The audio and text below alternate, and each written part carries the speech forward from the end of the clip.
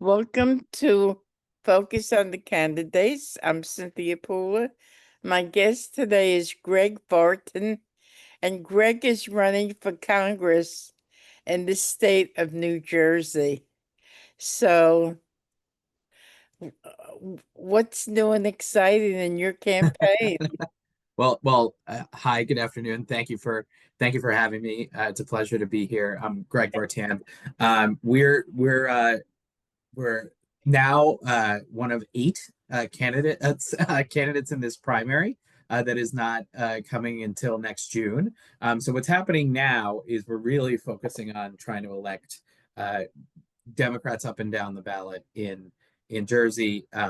Mikey Sherrill for governor, flipping some of the legislative seats in LD 21 and LD 23 and a couple others, and then of course making sure that we elect good people locally. So that's what we're working on this year. And I'm kind of a one election at a time sort of a guy, but we do have now a number of candidates in the race who are looking to unseat Tom Kean Jr. come next year, and we're working hard to make sure we differentiate ourselves from the rest of the pack, and that's what we're working on now. So, have you been interested in politics for a while? Yeah, certainly. I actually ran for council. I ran for city council the first year after I graduated from college. So I was born and raised here in Summit, New Jersey, which is in the seventh district. Basically, to believe if you have the opportunity to be helpful, you really probably should. And so for me, I grew up basically working pretty early. And then I went and joined the first aid squad when I was still in high school. So I've been a volunteer EMT for the last 15 years. I was actually active on the ambulance on an overnight shift for about 12 years. And so shortly after graduating from college, I basically decided, I think I should run for city council. There was not, didn't look like there was anybody else that was going to be running. And so when you're a first responder, you're looking around, not really sure who's going to do a job, but you know that there's a job to do. That's your job. So that was my sort of inspiration to run shortly after I graduated from college. I actually lost that race. So that was 2016. And I lost that race by 9 votes out of Oh, 5,000 total that year. So for me, that was devastating, of course, but I learned quite a lot.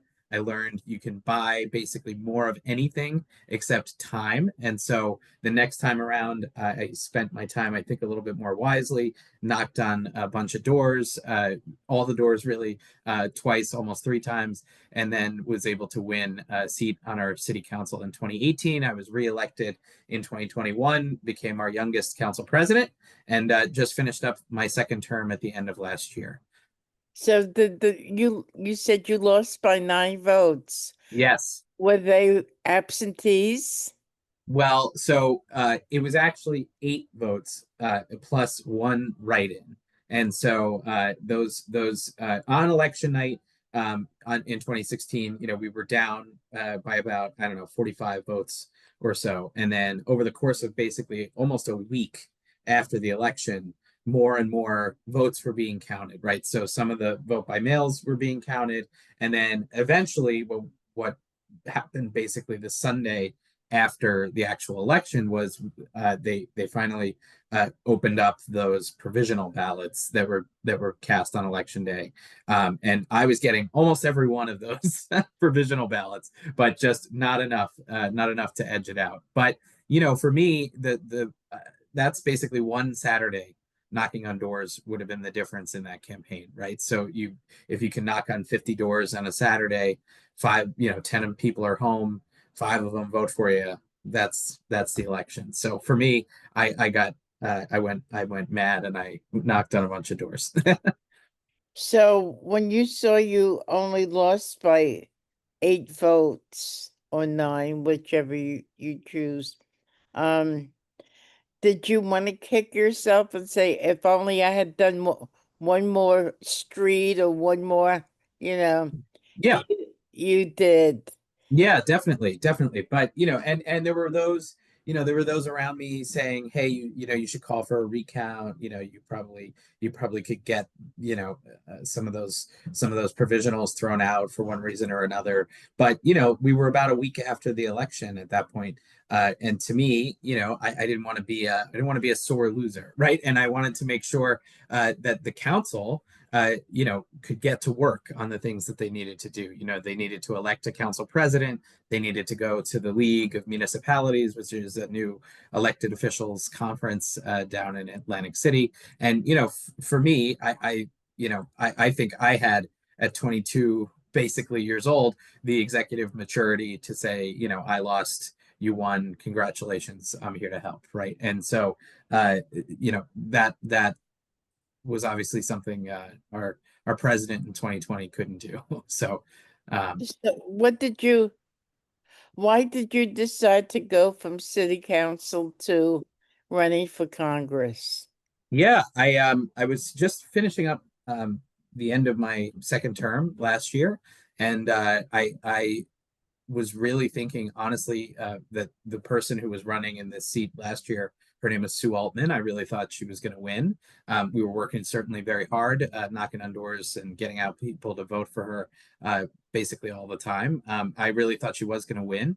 But when she didn't, and then, of course, when Kamala didn't win either, my wife and I basically went through the emotional part pretty quickly. And we then very, very then quickly decided, okay, well, what are we going to do about this? And we decided it was best that we needed a candidate in this race who knows the district really well, a candidate who has knocked on doors before, who has connected with voters before, and who can communicate with voters a clear message about the future and what we should be working towards. And that seems like it should be me. So we've decided to run. So does running for Congress, is it different than running for city council? Well, the scale is certainly different. Of Right, course, you're running for city council in one town of 22,000 people, and then all of a sudden, I now have 95 towns in the district, and right. and you know uh, many multiples of that number of people. So yeah, the scale is definitely different, but a lot of the tactics are really not different. You spend time talking to groups of people in about three different buckets. You've got your donor group of people, and Mm. that's something that's a reality in campaigns, but is not really fun. You've got your political party leadership, right, and the elected officials. That's another bucket, and then in the third bucket, you've got activists and advocacy groups and voters, actual voters, right, and that's where I really like to spend most of my time talking to actual people. I think you can spend a lot of your time as a candidate chasing money around. But I think that we've seen time and time again in election after election that it's not necessarily the candidate who has the most money or the establishment support who's going to win the campaign. It's the candidate who makes the most genuine connection to voters and makes people believe that you can understand the things that they're going through and you have some ideas on how to address them. I can tell just by looking at you that I'm a little bit older than you are. And I ran for office in 1984, Hmm. and that was before social media. Yeah. So you have come of age during the new technology and everything. Mhm. You use the social media and all the new technology a lot. Do you depend on it? Yeah, I would say so. I would say that a lot of people just simply don't get their information from the news media, from the cable news or from the newspaper, right? A lot of people get their news from social media, and that's the only way that they really know what's going on. And so, yeah, I think and it's when used well, right? Social media can be tremendous tool to connect people all over the country, all over the world. When used when used poorly, you can really it can really become a waste of time and really damaging, especially for younger people as well. But yeah, we absolutely are, especially I would say Facebook, Instagram, Blue Sky, X, and certainly TikTok is becoming a bigger part of what we're going to be doing soon. How big is TikTok? Well, especially huge, gigantic, especially with the younger generation. So, so do you think TikTok is a good platform for a candidate of any age? I think so. I think so. I will admit, the campaign is not putting out our campaign yet is not putting out enough video content. We have to keep putting out more. But I think so. We're not yet on TikTok, but we are on Instagram and Facebook and all those other platforms I mentioned. But Mhm. yeah, I think absolutely every candidate should probably be putting out information on there. I understand the hesitancy, around the connection with the Chinese government. And, I understand the hesitation to, start and learn a new platform. Believe me, I hate downloading new apps. That's my one old guy thing. I hate new apps. I don't want to every coffee shop, every pizza place wants to have you download their app, and I don't want to do it. I want I've got enough apps. So the issues are a little bit different from city council to Congress. Mhm. Uh, what made you decide to run, and what issues do you feel are important? Yeah, absolutely. So, the issues are similar, are different, but the philosophy of government for me is the same. And so I'm running because I love it here. This is my home, and I believe we can do so much better than Tom Kane Jr., who's our current representative, and I believe I have the skills, experience, and vision necessary to actually win and beat him.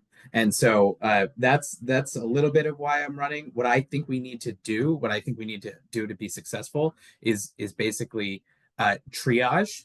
Right. So I spent all this time on the ambulance. So that's a medical term. And basically, I think what we have to do is stop the bleeding, right? Like the federal government is, and certainly the president himself does a lot of stuff every day, every single day that's outrageous and disgusting, right? And I think we have to sort of put aside what's outrageous and disgusting, and I think we have to focus in on the stuff, the policy type stuff that's going to actually hurt people. And that to me is the kinds of things that we saw come out of that bill, the budget reconciliation bill, the cuts to Medicaid and Medicare, the cuts to SNAP benefits, and the gutting of federal agencies, including the FAA and the reapportionment of funds from places where they're going to help people to places where they're going to be doing increased enforcement on immigration and all that sort of stuff. So that's number one. Number two is I think we need to talk more about affordability, right? People, I think, voted for the president and voted for Tom Kane Jr. Basically because they believed that the system was so fundamentally unfair that they needed to have somebody, everything they could put aside, everything they knew about him, and in order to say basically, okay, we're gonna have somebody come in who's gonna take a jackhammer to that system, right? So we can't say it's enough to just go back to how it was under Joe Biden. I think that would be a mistake. We can't say it's enough to go back to how it was under Barack Obama. I think that would be a mistake too, because it's clearly a deeper, broader issue that we have, that people feel like the system, the relationship between the government and the economy is not working. It's not working for them. And so then the third thing is, to your point, just in the question before, we have to get the message out in creative and new ways. We won the election with people who get their news from cable and who read their news from the newspaper, but that's not where people are getting their news. We have to be out having conversations like this one, having conversations like a podcast I was just on with my buddy from high school. I will talk to anybody basically anywhere, anytime. That's cool. That's really cool. Um, you just mentioned the word affordability. Hmm. Mondami, who's running for mayor in New York City, he uses that word. Hmm. He's being crucified all over the place. How do you feel about that?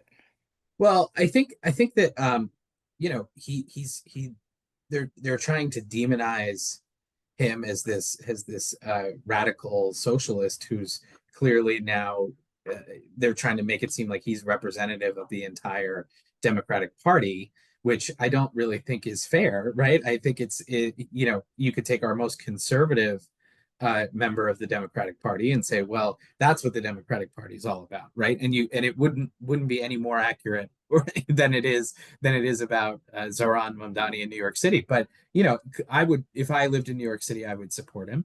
But I think what he did well, and the lesson that I take from him is that he did exactly what I was just describing, right? He basically went out, listened to people, ask what they care about. And when you ask people what they care about, they'll tell you, right? And for people in New York City, they were saying it's impossible to afford to live here. And then what he did really well was just came out with some ideas and communicated them enthusiastically and clearly.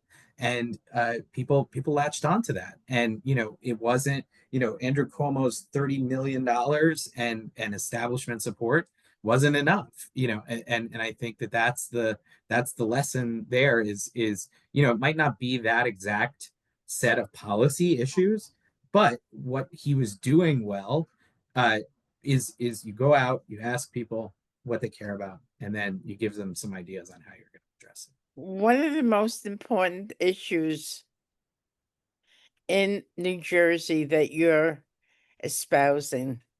Yeah, I think it's first of all get the administration's lawlessness under control. That's number one, and then number two is everything else, right? I think that's going to be the biggest job of the next Congress is going to be getting this administration under control and making sure that they respect the rule of law, which is what not what Congress has been doing now. They've been abdicating their responsibilities on oversight. They've been abdicating their responsibilities on trade policy and on reining in and being a check and balance to the executive branch. And so for me, that's going to, I think, be a huge lift as the first priority. But then once we get that done, once we stop the bleeding, then I think we need to have a real conversation in this district and in this country about affordability and how we make people's jobs pay them enough so that they can afford good healthcare, that they can afford housing, that they can afford education and their prescription drugs, and that the basics of life, groceries, utilities, rent, that those things are affordable and attainable if you're working a regular full-time job. If you're spending your time, doing that, you should be able to afford the basics of life. So, the overriding issue that I see is this gerrymandering issue. Mm. Um, and the states are trying to maneuver it so they'll have more representation in Congress. We're in Yeah. the, we're in the middle of a cycle. It's done at the beginning of like the the 2000s and 10s and 20s and so forth. Do you think that what's going on is not good, or do you think it's healthy?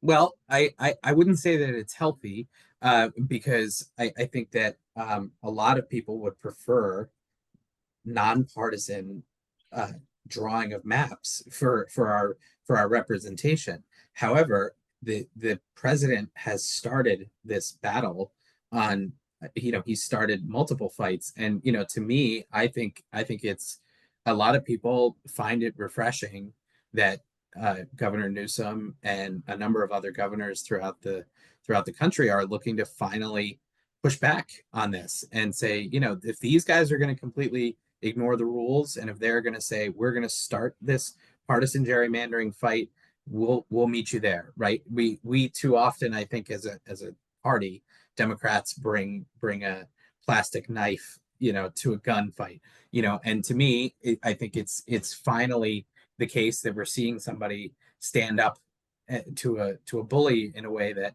is sort of putting up a mirror, right? And then you've got all these people in Texas, and you've got all these people saying, look, I don't think that's fair what California is doing, but they've started it in Texas. They started it with the redrawing of maps there. So I think, it's ultimately it would be better if we had nonpartisan processes for deciding what our congressional maps are going to look like. But I think it would also be better if we had a president that respected the rule of law too. So, I just lost my train of thought. Um, I'm sorry. No, no worries. Gives me a chance to take a sip of water. o- okay, so, if you're elected, Mm. what one unique characteristic will you bring to the table as Well, elected official? well, right now, I am the only one in the field of candidates who has ever been elected before. And so I bring with me legislative experience, actually. I'm young, right? I might be the youngest one in the field, but I'm actually the only one in the field who has already legislative experience in winning elections and then governing at the local level. Um, okay, now I'm gonna throw a curveball at you. Okay, I'm ready. You ready? I think so. I don't Um, know.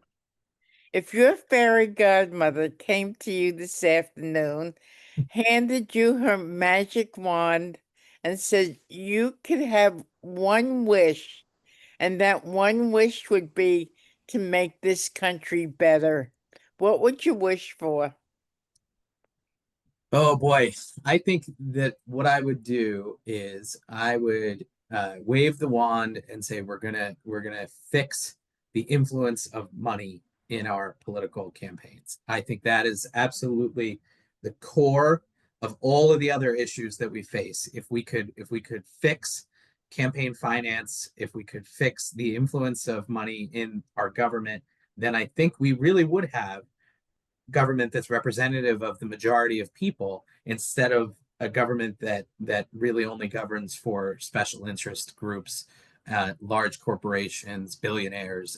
All the people that are funding campaigns right now are the ones who Congress is acting for, and that to me is how I would fix our system. I hope a lot of other candidates that I interview has a fairy godmother that gives them the wand, and I hope that they say the same thing you do. Thank you. Money is so corrupting. I can't believe. I mean, I go back, quite a number of years watching presidential campaigns in general, actually. I can't believe Camilla Harris spent more than $1 billion. That's Yeah. insane.